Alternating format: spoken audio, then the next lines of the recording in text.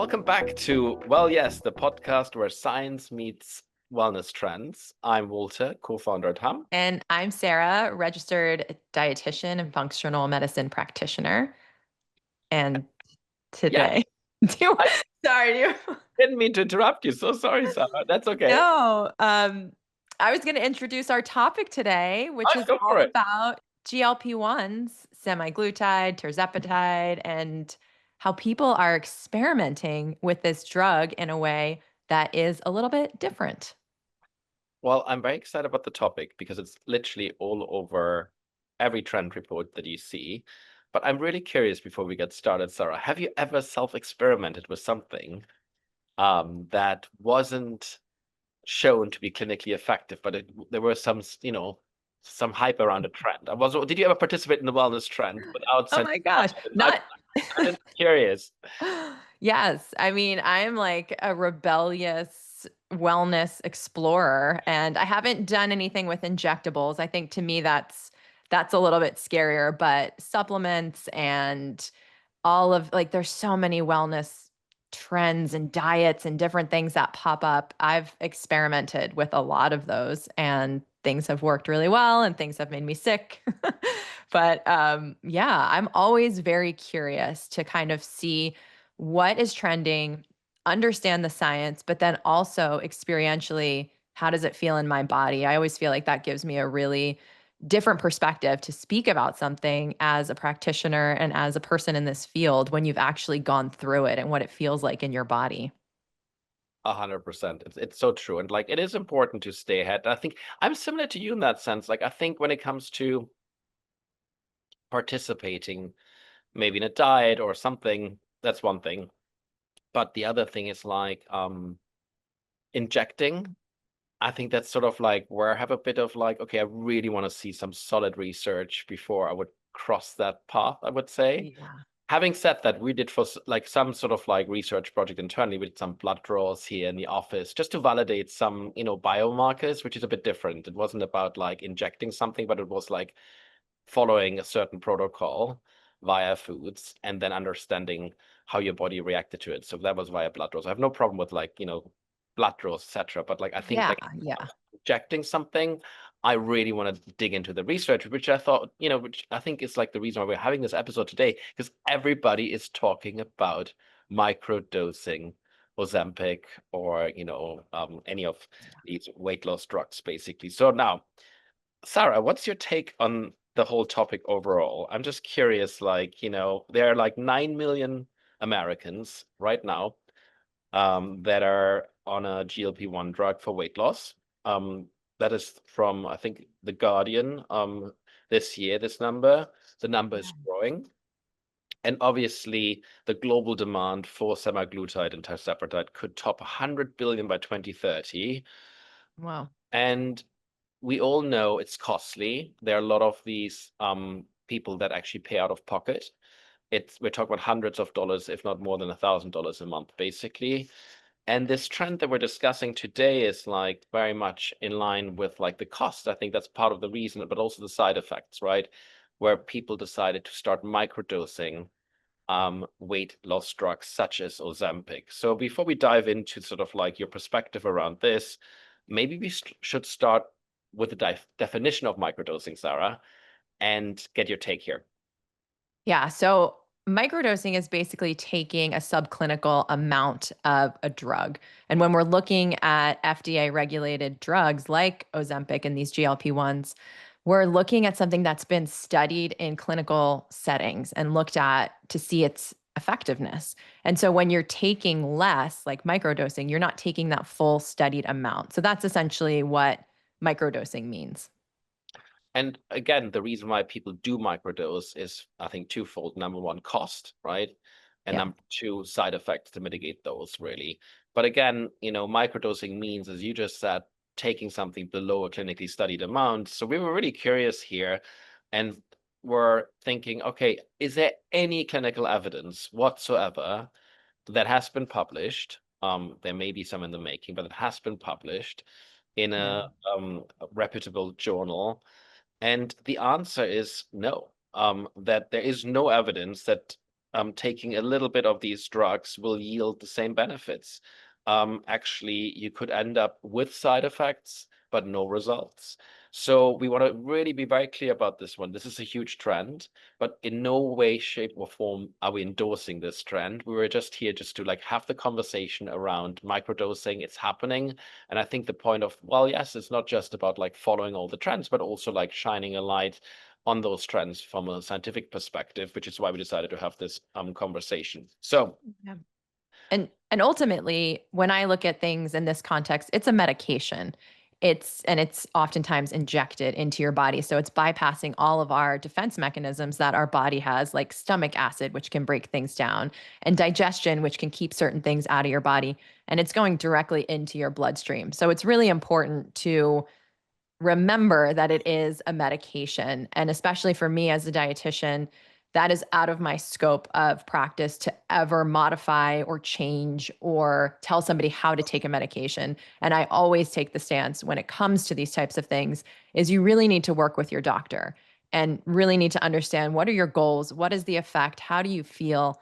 And that's where you can start to move away if your doctor recommends it from that FDA standard amount. But really, this is a deep conversation that you have to have with your primary health provider or your doctor. 100%. And I think it's really important to also understand that there are even like shelf life risks, for example, because I've read about user studies where people literally opened medication, took half of it, basically injected half of it, and then like to increase the shelf life, but maybe by not storing what is left over properly or Yeah. making sure that the needle you used is not 100% clean. All these things can lead to other unwanted consequences, which I think are important to call out as well. So it is absolutely Yeah. critical that you work with your doctor and discuss this in a very open way and understand, like, what are your options, and they will be able to help you figure out what the right dose is that's suitable but yet effective, and also help you hopefully manage those side effects. Um, did you look for, I mean, I couldn't find any studies. I'm curious, have you found any? And like, I mean, we literally dug through like pages and pages of journals, and everything seems to be like, it's happening, but there's no such thing as any published information. I'm just curious whether you got the same result as we did. Yeah, I didn't find anything. And I think what is really interesting is just the crazy impact that this medication has had. I don't think people were expecting it to be as effective as it has been and in so many different settings. Like it was created originally for diabetics to help them manage blood sugar and to see this really huge boom with consumers and people working with their doctors in the effectiveness of weight loss with limited side effects. It's a pretty incredible drug. I'm continually impressed by it and I keep waiting. I'm like, "Oh, when are we going to learn that it's really like something's not so kosher about it or there's just something kind of that's not working?" But it just continues to be something that is showing a lot of promise and having really positive impacts on people. Yeah, and look, I'm overall, I must say as well, a huge proponent of these weight loss medications, and here's why. I think there's three reasons. I do think if you look at longevity in the population, and actually there was a moment when it decreased due to like an increase in overall obesity and heart disease within the wider population. And I do think that these weight loss drugs can really make a difference, and they are making a difference. Number two, so they're effective, right? But they also Yep. really have true long-term consequences. Second, I think there's other benefits that we're now seeing that reach beyond. They're like sort of the secondary effects of like overweight, basically, if you will, that are helping patients. So we're seeing it in addition to better heart health. There are some studies suggesting that it could help potentially with dementia, for example, etc. So there's a lot of like, long-term consequences which are positive.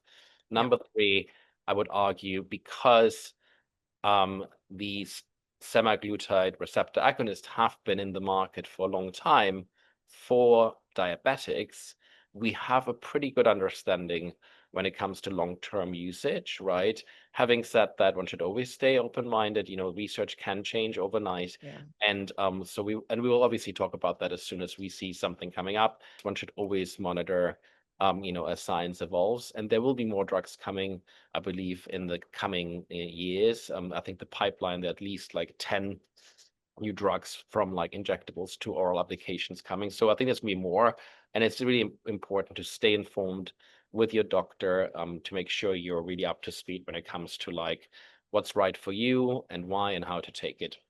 Is there any nutrition support that GLP-1 users should consider? Because we obviously talked about microdosing here, but I do think there's also a perspective from the nutrition angle where we may want to educate our listeners. Yeah, absolutely. And since GLP-1 is a hormone, essentially a peptide that's made by our bodies naturally in the large and small intestines, I think it's really important to say and to educate on gut health. And by prioritizing gut health and making sure that you're eating a variety of foods, I love to say try eating 40 different foods a week, like a green apple and a red apple. Those are different kinds of foods to get a lot of variety, to diversify the microbiome, to feed the microbiome, really important. Or eating the rainbow. That's another great way to make sure you're getting all of the different phytonutrients that feed the different types of bacteria we have in our gut. Incorporating fermented foods, also beautiful, important for the gut. Bitter foods, so those are kind of things you can do in the gut health optimization world and actually enhance your body's ability to make GLP-1s. When we're thinking also just about standard nutrition and how do we kind of set that foundational health tone, when you're sitting down to eat a meal, having protein, fat, and fiber, that helps to stabilize blood sugar and to preserve muscle mass. That's a really big concern when you're on a GLP-1. Since your appetite is reducing and you're eating less calories, a lot of times that can be protein as well. And then we're seeing muscle kind of disappear rapidly. So you want to make sure that you're eating high quality foods in that balance, protein, fat, and fiber, to really maintain muscle mass, making sure you're still lifting weights, doing some type of resistance training. It can be body weight resistance, but that's important too to maintain muscle mass. Staying hydrated is another critical nutrition component if you're taking a GLP-1 because it can override your thirst cue. So hydration with water, adding electrolytes is going to be very beneficial. And then you can add in certain supplements to maintain energy, like B vitamins are great. I love a B complex versus like a single B vitamin. Magnesium is really important, and omega 3s can kind of give you that general support that you need to optimize mitochondrial function and just really have steady, consistent energy throughout the day. And one we always have to plug and always talk about is just avoiding ultra processed foods. I think for me as a dietitian, that one's kind of like the obvious, like we don't ever recommend, and we can all agree as a nutrition profession, as a medical profession, that ultra processed foods are problematic. So that's kind of a general way to optimize gut health and your overall nutrition to really just stay healthy. Yeah. And I think, specifically a diet high in protein and fiber tends to be, not only beneficial to people who are on a GLP-1 drug, but they can also be beneficial to just a wider population. I mean, there's like higher recommendation when it comes to protein. We've spoken about this on other episodes.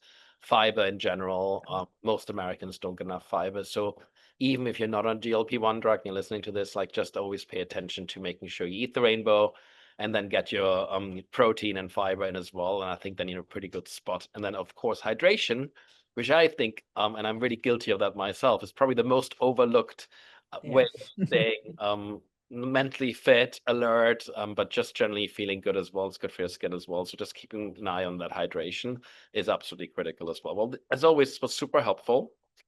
Yeah. And there's actually, I think another aspect that's super fascinating when it comes to GLP-1s and the wellness world and trends is gluten.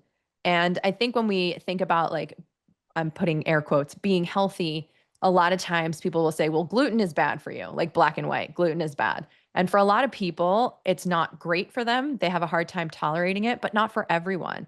And why I bring this up in the context of GLP-1s is because when you have gluten, when you eat gluten, there's a certain enzyme that breaks it down. And it's the same enzyme that breaks down GLP-1. So when you're eating gluten in your diet, you're actually sparing your body GLP-1s. Your body's able to hold on to more GLP-1 because it's not breaking it down, because now it's focused on breaking down gluten. So I just like to kind of bring that in because, again, we're talking about wellness.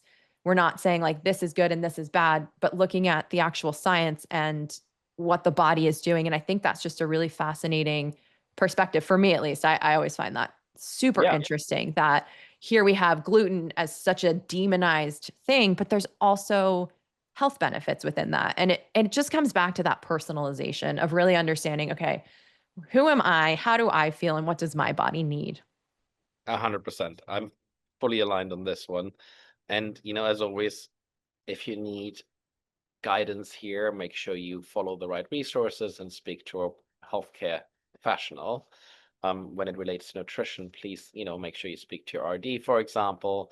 And when it comes to medication, please consult your doctor as well to make sure you're doing the right thing. I want to understand because Hum released a GLP-1 supplement. So I'm curious, what was your really just why did you guys make this and what was your kind of process? Why did you include this in your line of Hum supplements? Yeah, so for three reasons. There was a really strong study that there are ways of boosting your GLP-1 levels with a specific form of fiber. So it was a placebo-controlled study. Of course, when it comes to nutrition and you compare this to medication, the effectiveness is not the same. You can't compare this. Like one you're injecting and the other one you're taking through foods. But the Right. benefits were there, and they showed in that study that people were given a meal, right? And then with a placebo, and then they were giving a meal with this fiber mix, basically. And you took those two together, and if you compared the two groups, those that took this specific fiber had 2 times more higher GLP-1 levels than those that didn't, right? And we said to ourselves, there are three consumers out there that are really interested in this space. The first one is somebody who is actually on a GLP-1 drug and wants to like supersize their benefits, right? So like for that audience, this is a great product. The second one is like not all people want to stay for the rest of their lives on a GLP-1 drug. It is recommended for many people, but some people really decide I don't want this anymore. And what happens when they stop taking these GLP-1s, they actually gain a lot of that back, the weight back that they are that they lost, and through a lot of time and financial investment, if you will. And again, here we thought this could be a great product to really help this consumer transition as they're like coming off the drug, basically. And number three, there are people who just don't want to take a drug and they're looking for natural alternatives, and I do think one has to cater to that audience as well. And given the strength of the clinical evidence, plus our other formula, Flatamy, which is a digestive enzyme that helps you break down fiber more effectively and prevents those sort of unwanted side effects of bloating, etc., that you often get with fiber products. That combination was like a no-brainer for us. So that was really the thought process behind it. And it has been a really interesting way of adapting to this new consumer. Generally speaking, I'd say within health and wellness, I think there's really a new consumer out there right now. It's almost like what's happening in technology Mhm. around AI. I think this is our AI moment within health and wellness, in my opinion. And the reason I'm saying this is the following. Number one, there are like so many additional benefits. Now the lights coming off in the office here. This always happens when we It's not a podcast until the lights go off. it is not a podcast until the lights come off, and it's there it is. It's coming back now. Um basically, um there's so much more because it works. These drugs work so well, more money is pouring into it, right? Because more money is pouring into it, more research is happening. The more research we do, the more things we'll uncover and find, basic. So it's a sort of almost self-fulfilling prophecy, if you will. And as I said earlier, we haven't seen the general population losing weight for decades, basically. In fact, the opposite was true. And finally, there's something out there. There's a tool in the toolkit that really works and makes a big difference. So I do think with this really transformational story, to the point that people are having changing their diets, right? Food companies are Yeah. thinking through on how to address this new consumer. What I'm trying to say is we're at this really transformational moment, and everybody talks about AI all over the world. But within health and wellness, I do think that GLP-1 is really the new frontier, and there's much more to come. And I think we just scratched the surface. So that's my little plug here. But I think that's the reason why we leaned into this, because the research is exciting, it's strong, it's interesting, and then the consumer is obviously changing at a very fast speed. I think it's so interesting to kind of get a look behind the curtain at the thought process behind supplement development and how your team goes into that. I think it's really important, especially in the supplement world where there's seemingly little transparency and it's hard as a consumer and even as a dietitian oftentimes to access like the thought process and why was this developed, and it's really fun to just hear, the research and the thought and how it's going to support people and be a healthy part of everyone's diet. So thanks for sharing that part. That's really I interesting. appreciate that. Thank you. Thanks for asking Yeah. the question. Yeah. All right, let's do our well yes and well no for this week. Sarah, why don't you start? Okay, my obvious well no is going off label and microdosing outside of the recommendation of your doctor with any sort of medication, GLP-1 specifically. So that is my well no, is not following the dosing instructions of your medication. And my well yes is supporting gut health and a diverse microbiome. That's awesome. I love that. Okay, my well no is microdosing without medical supervision. I do think you really need to like take your medical advice from your doctor and probably not from a social media platform. I just want to call that out. I think it's really important. And I'm not saying that all advice on social media is correct or incorrect, etc. You obviously have so many diverse voices here. That's great. But when it comes to your health, it's a very personal journey, and it's always good to work with a professional one-on-one as opposed to like thinking like, this trend is working for other people, so therefore it has to work for myself. And also, you may be wasting your money, or like that's the worst case scenario, or best, like in the worst case scenario, you're really jeopardizing your health, but like, best case scenario, you may be wasting your money, which is not great either. So anyway, that's my well no. Love Um, it. and I think my other one for this week is like, I just think getting hydration in is my well yes, really. It's like hydrate, hydrate, hydrate. I think specifically now, since we're changing into fall and winter, you'll probably be a bit more inside, the air may be a bit drier. I think hydration is really critical. Just pay attention to this and have a bit of water sitting on your desk all day and keep at it. That's going to be really beneficial. Whether you are on a GLP-1 drug or not, hydration is going to be beneficial. So that's my well yes this week. Amazing. My well no would be taking something that other people are doing and not listening to your own body and what's going to work for you.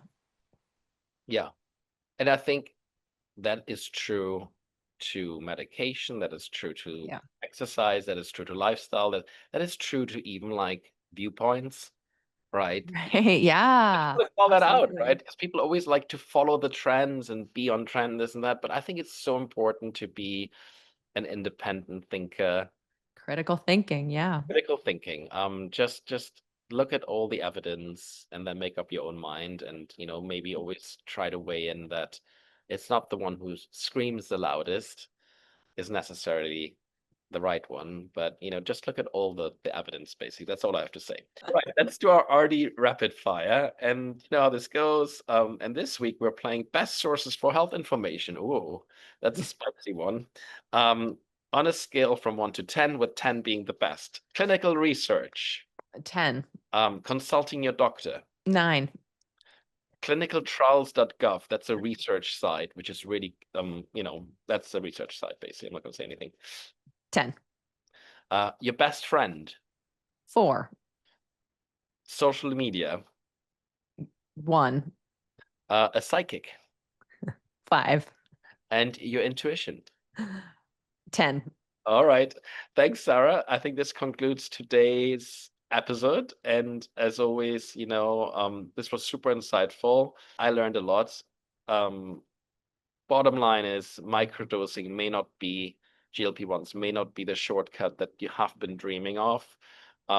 Please make sure you stay up to date on the latest and greatest when it comes to these drugs. I want to say a huge thanks to our producer, Brooke, and our production coordinator, Fatima.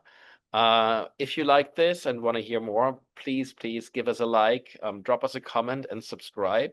And remember, we say yes to curiosity and no to quick fixes. See you next week on WellYes.